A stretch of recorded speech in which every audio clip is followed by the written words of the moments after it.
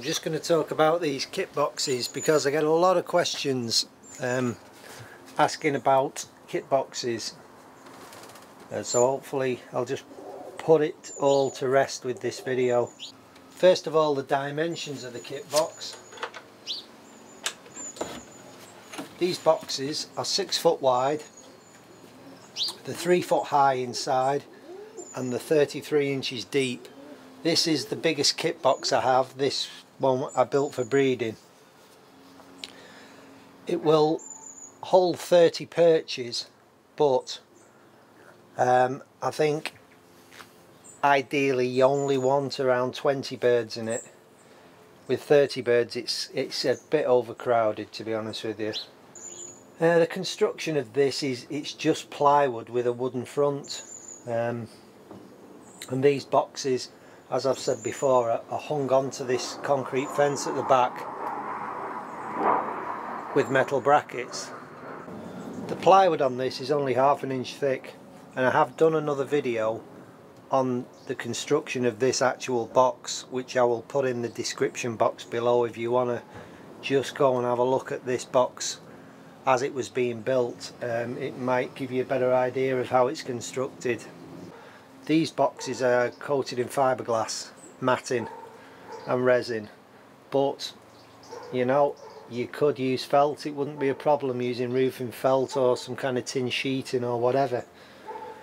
The kit boxes have these traps in them, which are pipe traps, and these are 4-inch 45-degree bends, and in this case it's just wired on this one, and they kind of just cut off on an angle. I don't really like the pipe to be completely facing down, so you can get away with using 45-degree bends. You don't need to use 90s, and this was a 45 and I still cut it off slightly. This kit box has got wire meshing on the front. I have used wooden dowels, but the mesh is a lot easier.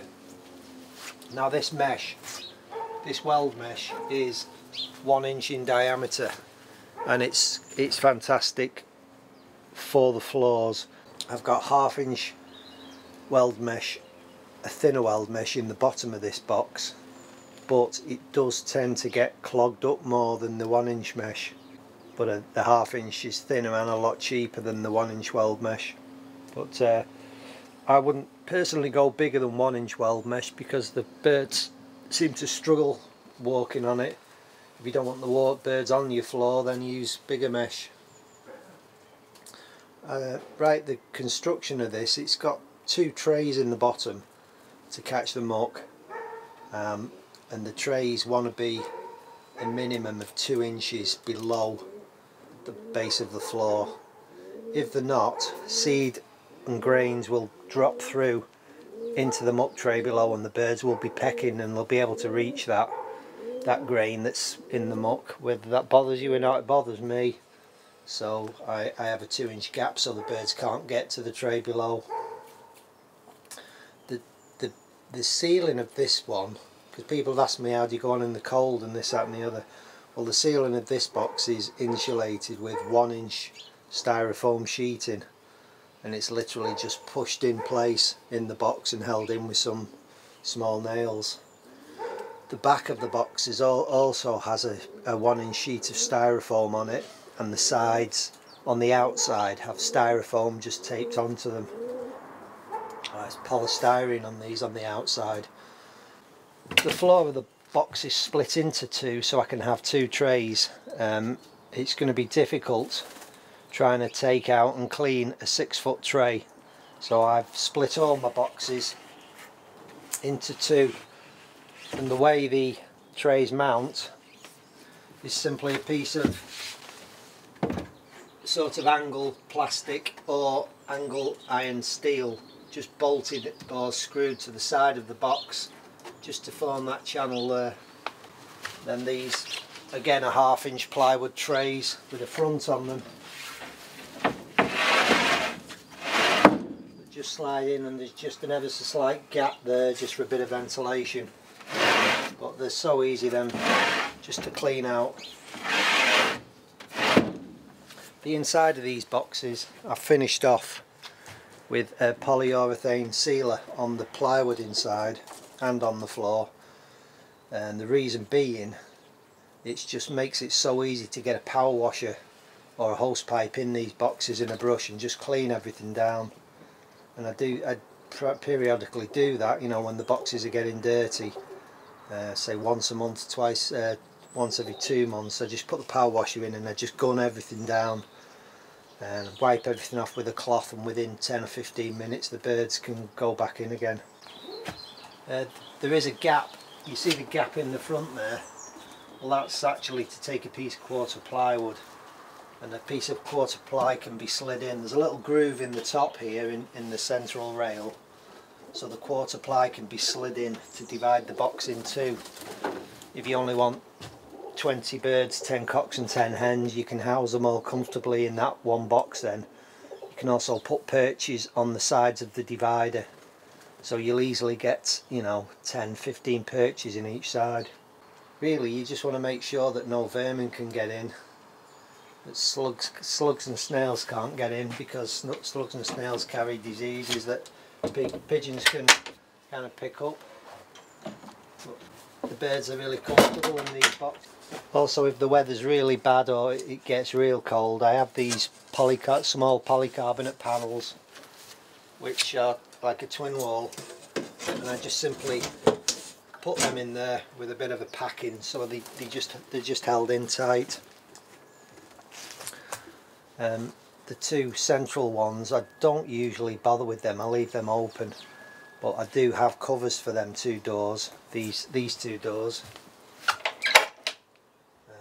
But the covers on these have a series of holes drilled in them, just so that there's enough ventilation in the box.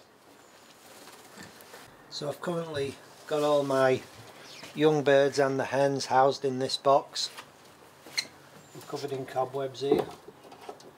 Don't really want these birds to get out, but you can see all my young birds and hens in that one, and there's 17 birds in that box, and they're quite comfortable in there. The cocks are over on this side.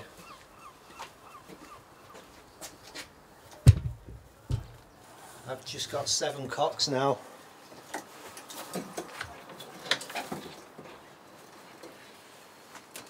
The falcon has taken my best cock in the last couple of weeks.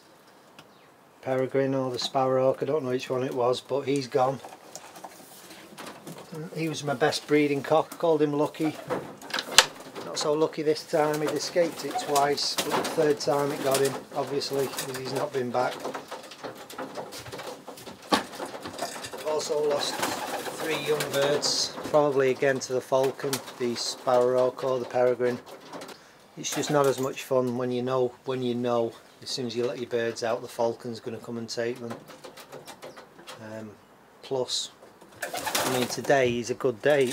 There's no wind and it's dry, but it's been raining this morning.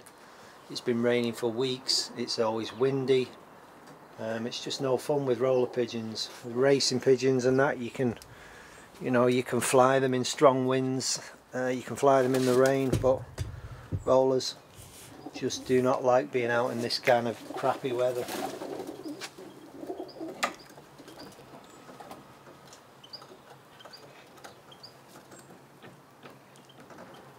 I only put the young birds in this box with the hens yesterday, and whilst they're molting I'm going to leave them in there now for another week, just to get introduced to these females, because these young birds have started kitting, but they don't kit for long.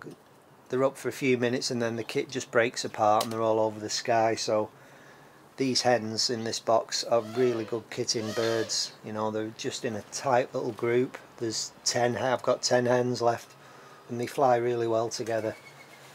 So these young birds, being in with them now for a week or more, they're going to learn to be with this group, and they're going to fly with this group, and they'll form a really nice kit. Then as I work out which of the young birds are the cocks and which of the hens, the cocks will go in with the cocks, and all the hens will stay in this box. So that is it, guys. I have got 24 roller pigeons now, and it's a comfortable amount to look after. And what I will probably do in the next month is remove that middle box, or move the middle box along possibly, so I've got a space in the centre, and I'm going to build a flight in the centre there and put a hole in that side of the kit box which remains, so the hens can get out into that flight in the daytime, so they're not cooped up in the box all the while. As I say, I just can't get them out flying. When you're working, you're getting back, the weather's bad, it's too windy, and the cock's on the end. I will build another flight, same size, 6 foot, on the end of that box, and put another hole in the side so them guys can get out, and it's also keeping the boxes, the cocks and hens, split up, so they're not all caught in and wanting to breed. Guys, I'll wind this up. I do have a bit of footage of the birds flying. I tried to do a video last week, but it was a bit problematic with the weather starting to rain, and we got some geese coming in, but I'll tag that bit onto the end of this one, and I'll see you soon, fellas. Okay. You haven't been out for 3 days, have you? 3 days, come on. Not a blackbird. And off he goes, the black one. Go on, mate, go on with him. Go on. Go on. The fun will be trying to follow these. I don't think I'm going to be able to manage it, but I'll give it a go.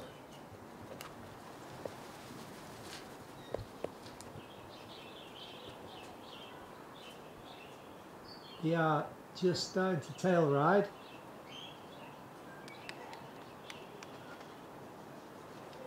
And forming into a very loose kit. The little black one is the best bird out of the lot of them. They're flying. Anyway.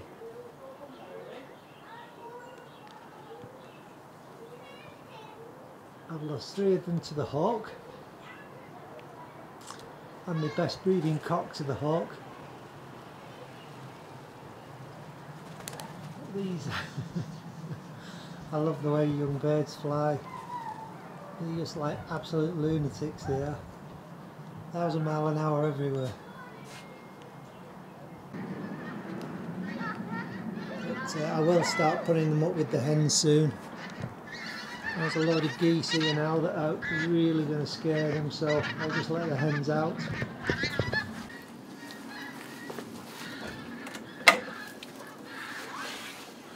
Come on, girls.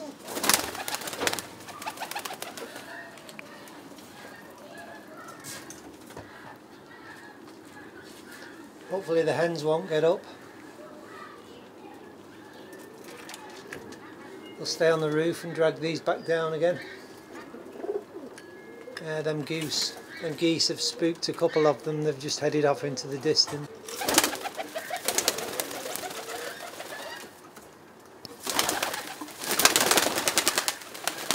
The other two, I think I just saw the other two are high. Yeah, the geese have sent them really high. And it's just starting to rain. We've had torrential rain for weeks now. Well, for a week or so. A lot more geese coming over now, which is again going to spook them.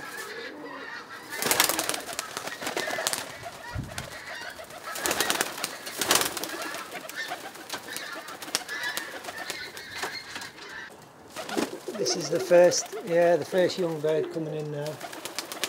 Here it comes. It's the first young one, which I think was the last one to get up. That one did spend a night out on the town, out on the roofs, but luckily it was back the next day. Another young one down, and another one.